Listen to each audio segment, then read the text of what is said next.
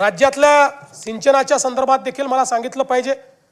विशेषतः सिंचनाच्या अनुशेषाच्या संदर्भात आपण वर्षानुवर्ष चर्चा करतोय। साधारणपणे ज्यावेळेस इंडिकेटर बॅकलॉग समितीने विदर्भ आणि मराठवाड्याचा सिंचनाचा अनुशेष काढला होता त्यावेळी तो 13,83,000 हेक्टरचा होता। 13,83,000 हेक्टरचा। आता या 13,83,000 हेक्टरपैकी 13,34,000 हेक्टरचा अनुशेष संपवलेला आहे।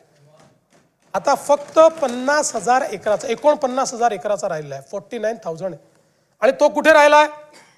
साधारण आपण जर विचार केला तर तो 3च जिल्ह्यांमध्ये राहिलेला आहे, अकोला, बुलढाणा आणि हिंगोली। कारण हिंगोली हा वेगळा जिल्हा म्हणजे त्याचं अनुशेष वेगळ्याने आपण 3 वर्षापूर्वी कॅल्क्युलेट केला, 2019 साली कॅल्क्युलेट केला।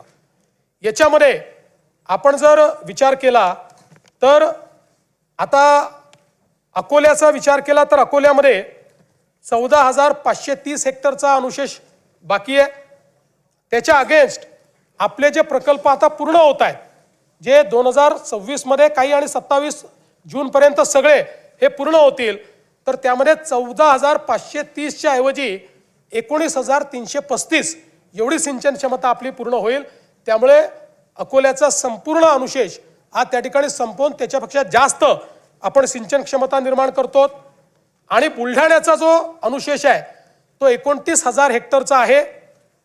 आपण त्याच्या अगेन्स्ट जे आता 4 प्रकल्पाची कामं घेतलेली आहेत त्याच्यामध्ये 29,000च्या अगेन्स्ट 1,68,000 हेक्टरची सिंचन क्षमता तयार करतो। त्यामुळे साधारणपणे आता हे जे काही पॉइंट म्हणजे 49,000 हेक्टरचं जे काही अनुशेष राहिलेला आहे हा पूर्ण करून त्याच्या पलीकडे आपण आता सिंचन क्षमता निर्माण करू।